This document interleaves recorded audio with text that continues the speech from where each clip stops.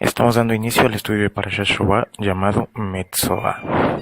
Metzoa, que es la persona que se encuentra afligida por el Tzaat.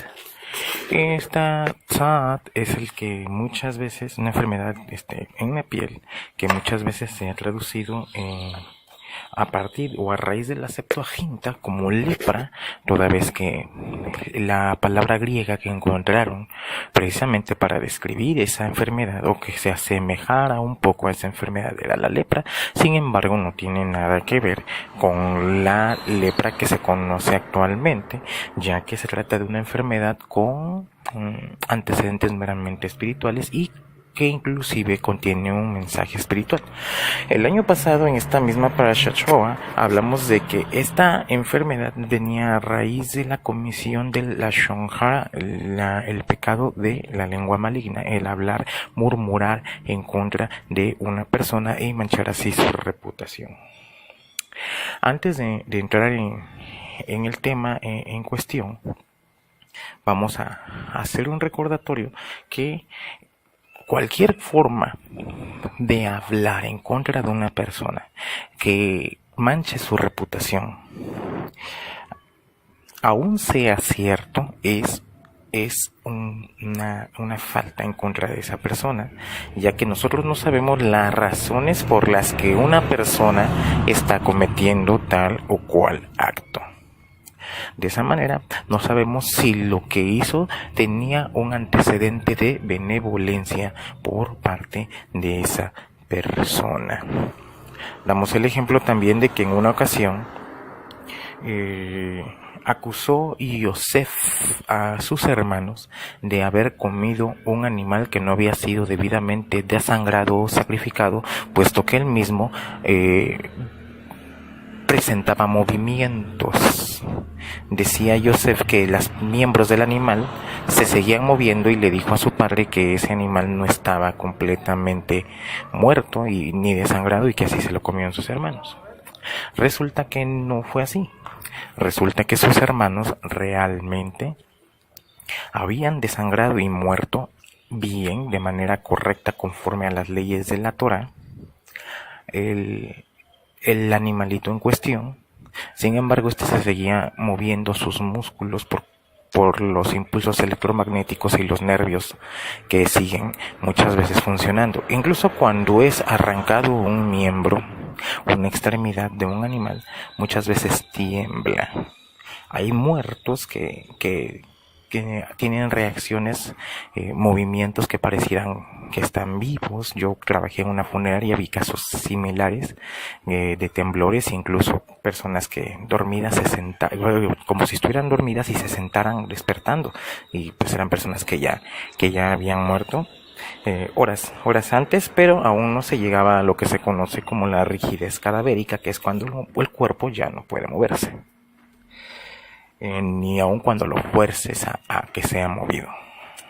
Bueno, mucho cuidado con el hablar mal de las personas. ¿Por qué? Porque nosotros, aun cuando sea cierto, no sabemos las razones por las que esas personas están ejecutando un acto que quizás a nuestros ojos pueda ser malo y quizás no lo sea. ¿Sí? Muchas veces dicen, no hagas cosas buenas que parezcan malas. Quizás está haciendo una cosa buena que parece mala y nosotros lo divulgamos como si fuera algo malo. Imaginemos por un momento que ves a uno de tus amigos, conocidos y o familiares que se presume que no toma, salir de una cantina y lo primero que dices, mira, salió borracho. O lo ves entrar a una cantina, mira, se va a ir a emborrachar. No. No siempre es de esa manera. Supongamos que esta persona a la que viste salir o viste entrar de un lugar de esos donde venden bebidas alcohólicas y se supone que es abstemio, tenía ganas de ir a hacer pipí y ya le urgía y no tenía cómo ir a hacer pipí, y lo más cercano que tenía era un recinto donde se venden específicamente bebidas alcohólicas. No le quedó de otra. Entra, pide permiso de entrar, de utilizar el baño. Muchas veces cobran, paga su servicio, entra, hace de la pipí popó de lo que hubiera tenido necesidad de hacer y sale con su pecho sano. Entró con su pecho sano, salió con su pecho sano y lo primero, mira, no que muy abstemio, anda de borracho. Pues resulta que los casos de Metzoa que se dan en la Toa fueron específicamente a raíz de una habladuría.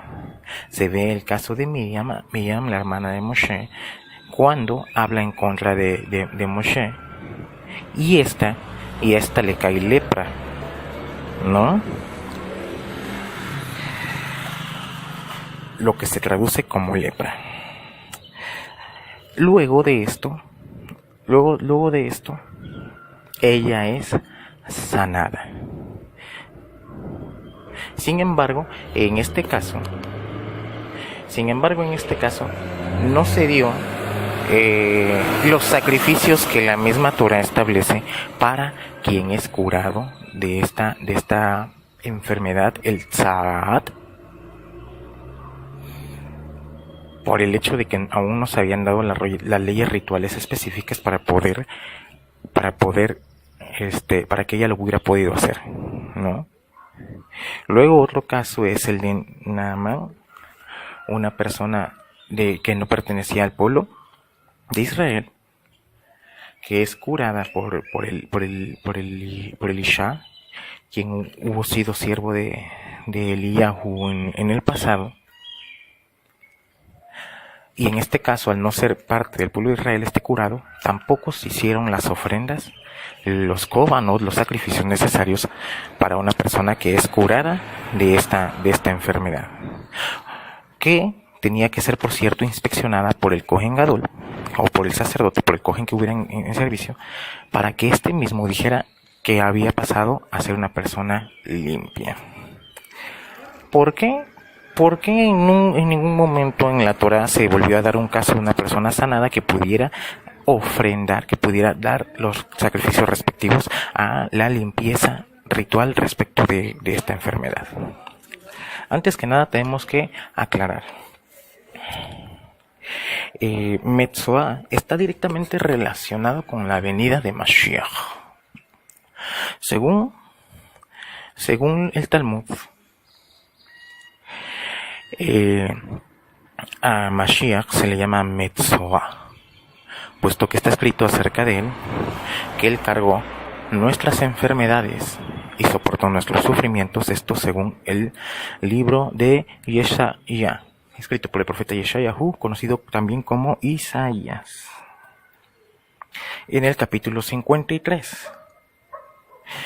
Lamentablemente se ha dado un pensamiento moderno entre las personas que no creen en Yeshua como Mashiach, de que este capítulo no está refiriéndose a Mashiach como un siervo sufriente, sino que está aludiendo a los sufrimientos de Jacob, lo cual es completamente aislado de lo que es en sí el pensamiento judío y el pensamiento cabalista desde la antigüedad.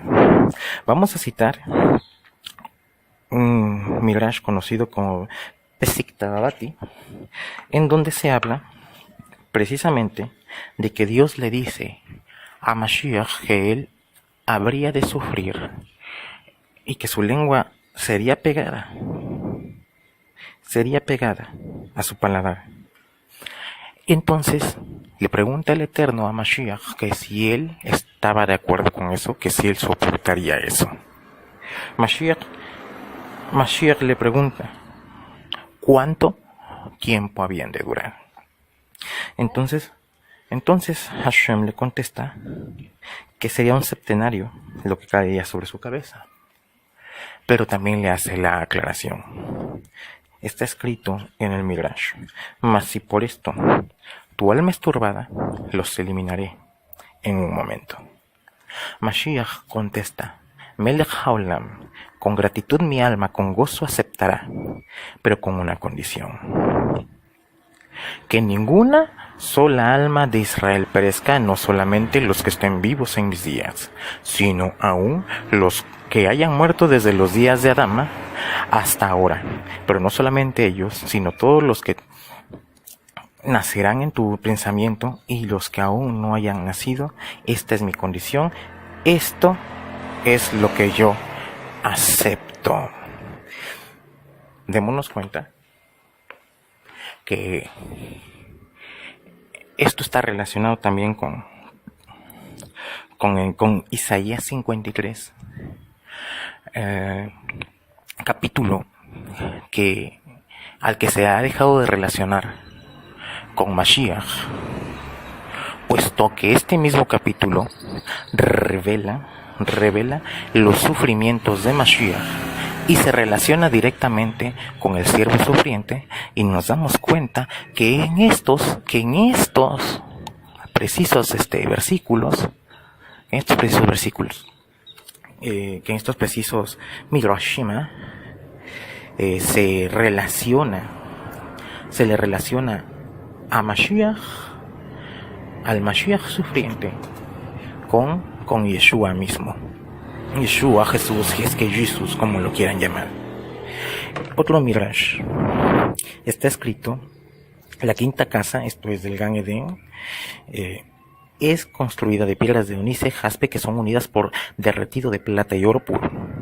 Alrededor de esta corre un río de bálsamo en el cual desemboca el río Gihón. En su patio pueden verse varias enramadas de incienso refinado. Las camas son de plata y oro, adornadas con telas recamadas, y allí se sientan Mashiach ben David y Eliyahu. Eliyahu, de memoria bendita, abraza la cabeza de Mashiach y le dice: soporta tus sufrimientos, que son el decreto del Rey del Universo, quien los ha puesto sobre ti por las iniquidades de Israel. Y este es el significado de lo que está escrito: herido fue por nuestras transgresiones, aplastado por nuestras iniquidades, y esto será así hasta que llegue el fin. Como podemos ver, sigue en este Midrash relacionándosele a Mashiach con el sufrimiento y con una obra redentora y de expiación por los pecados. Quienes no creen en Yeshua actualmente han creado el pensamiento moderno de que el creer en Mashiach no es fundamento y no tiene efectos redentores. Sin embargo, en los 13 principios que encontramos de Maimónides, resulta que uno de los principios es creer en la venida de Mashiach.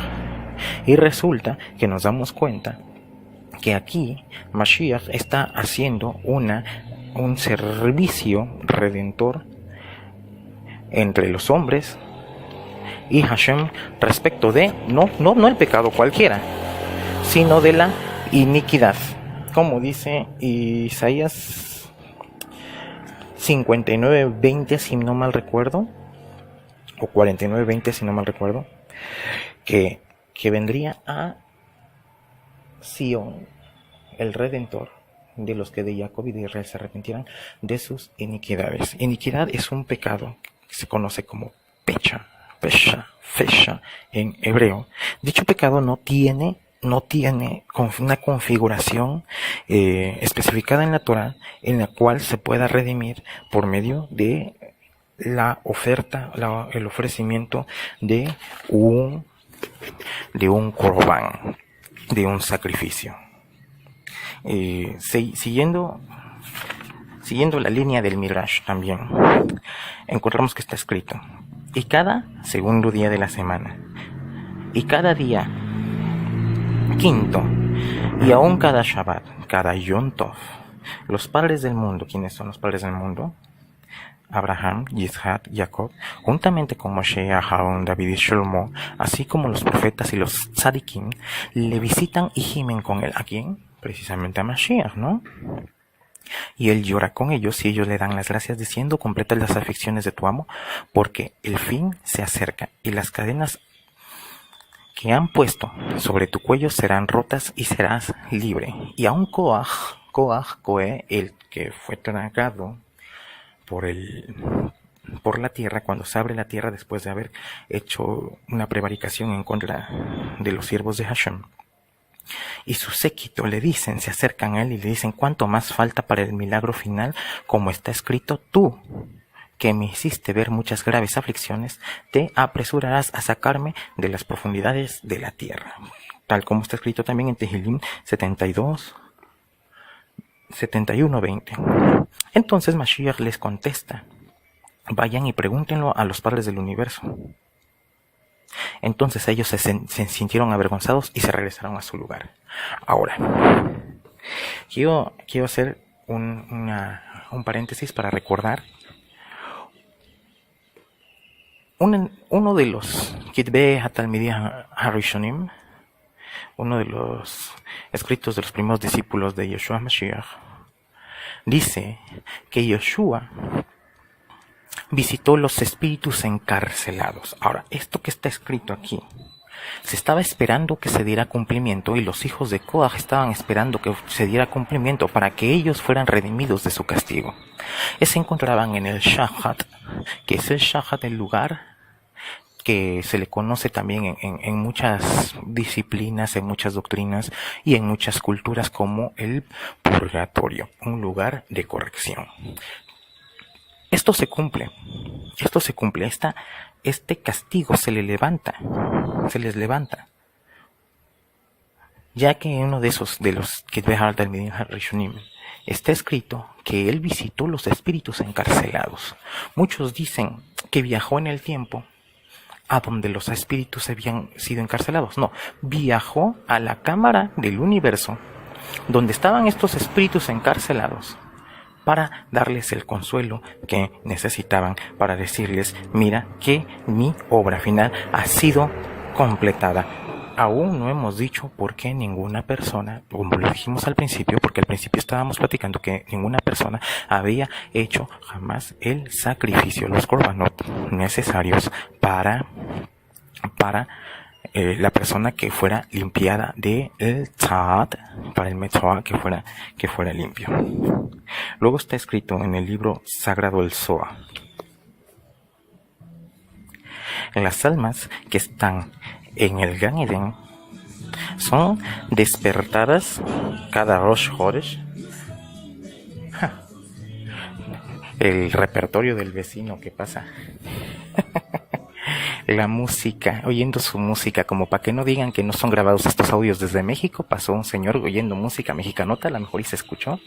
Tenemos las ventanas abiertas porque estamos en un lugar muy caluroso, muy bonito, por cierto, gracias a Hashem. Está escrito en el Zohar: las almas que están en el Gan Eden son despertadas cada Rosh Chodesh y cada Shabbat, y se les permite visitar el muro de Jerusalén.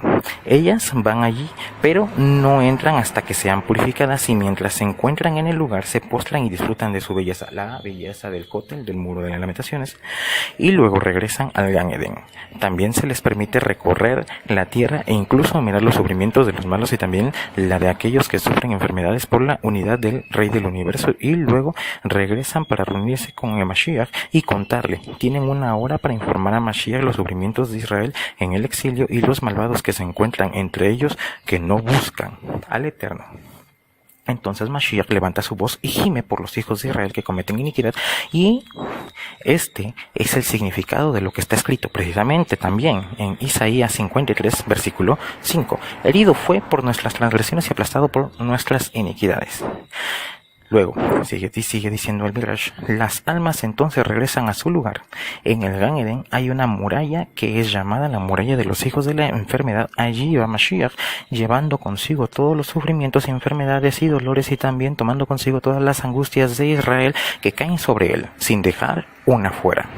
Y si no fuera porque Mashiach toma consigo este dolor, Israel no podría sobrevivir por causa de su negligencia con la Torah. No obstante, mientras Israel esté en la tierra, los rituales sacrificios del templo que quitarían las enfermedades del mundo, pero ahora solamente Mashiach puede removerlas. ¿Por qué? ¿Por qué? Reconoce. ¿Por qué reconoce el Zohar? ¿Por qué reconoce el Zohar que no hay manera de remover los sufrimientos y que solo Mashiach puede hacerlo?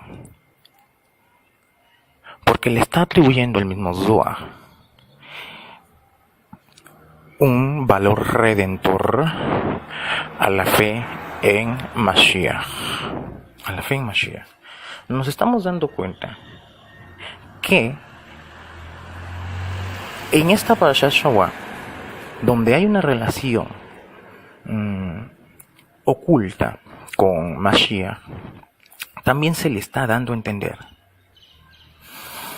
que Mashiach había de sufrir, pero que ese sufrimiento sería en pro de las almas que tuvieran fe en él y que quisieran allegarse de los méritos de él para poder encontrar redención, no solo de cualquier tipo de pecado, sino de las iniquidades. ¿Las iniquidades cuáles son? Repito, ya lo dijimos hace unos momentitos, que son los pecados que tienen una transgresión grave, que son hechos voluntariamente y que no tienen ninguna manera de redención,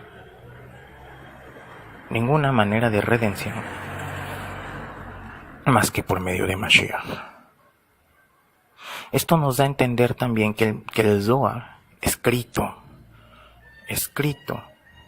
por revelación divina, nos está diciendo que Mashiach comenzó a operar en cuanto el templo dejó de funcionar, toda vez que el templo fue destruido. También está escrito en el Talmud, a ver si recuerdo bien, vamos a parafrasear, que la lana, que el rojo nunca volvió a ser blanco y que la suerte no volvió a caer más hacia Hashem. ¿Qué quería decir esto? Cada que se hacía un korban para el Yom Kippur, se colgaba una lana roja.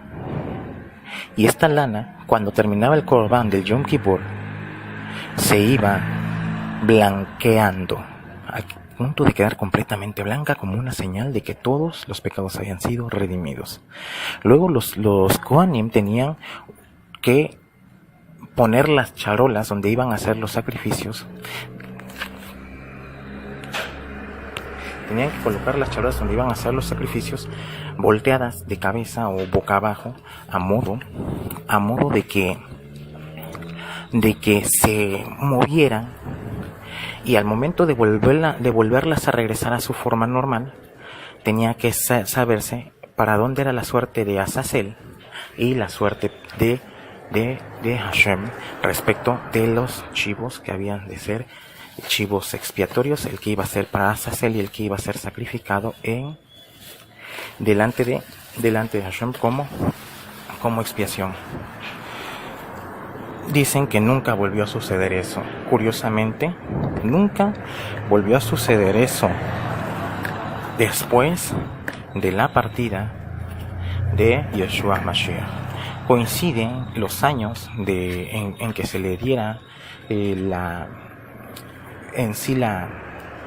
muerte y la resurrección, con los años en los que dejó de blanquearse la lana y con los que dejó de caer la suerte en favor de Hashem respecto de las charolas donde había de ofrecerse la sangre del sacrificio, y siempre cayó del lado de Azazel. ¡Qué coincidencia! ¿Es una coincidencia? No, no es una coincidencia. ¿Qué nos está dando a entender esto? Que Yeshua es Mashiach.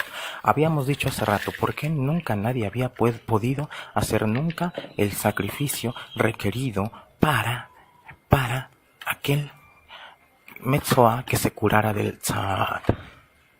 ¿Por qué nunca lo había podido hacer nadie ese sacrificio? Por la simple y sencilla razón de que está escrito que ese sacrificio sería la señal de que Mashiach vendría. En el Talmud los sabios reconocieron que este sacrificio sería la señal de que Mashiach vendría. Cuando algún Metzoa fuera limpiado del Tzad, se presentara ante el Kohen, ante el sacerdote, y ofrecía el sacrificio. y el Cohen lo declarara limpio, entonces en ese momento ellos sabrían que Mashiach había venido.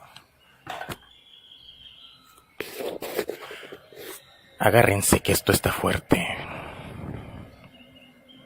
En una ocasión, un leproso le pidió a Yeshua que lo limpiara y le dijo: Señor, si tú quieres, puedes limpiarme. Y entonces Yeshua le dijo: quiero, sé limpio. ¿Qué nos da a entender esto? Cuando el hombre fue limpio, le dijo Yeshua a ese hombre: no se lo digas a nadie, sino que ve y preséntate al sacerdote y da la ofrenda que estipuló Moshe. ¿Qué estaba pasando aquí? La noticia más grande que el mundo podía recibir, la estaba recibiendo por medio de un leproso o de un metzoá que había sido sanado del tzad. Y le estaba diciendo: ve y dile a ese Cohen, a ese sacerdote.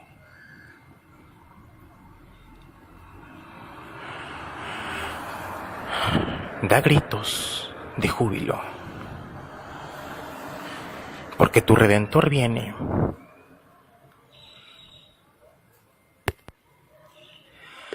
Montado en el lomo de un pollino, cría de una asna. Amén. Shavuot Tov.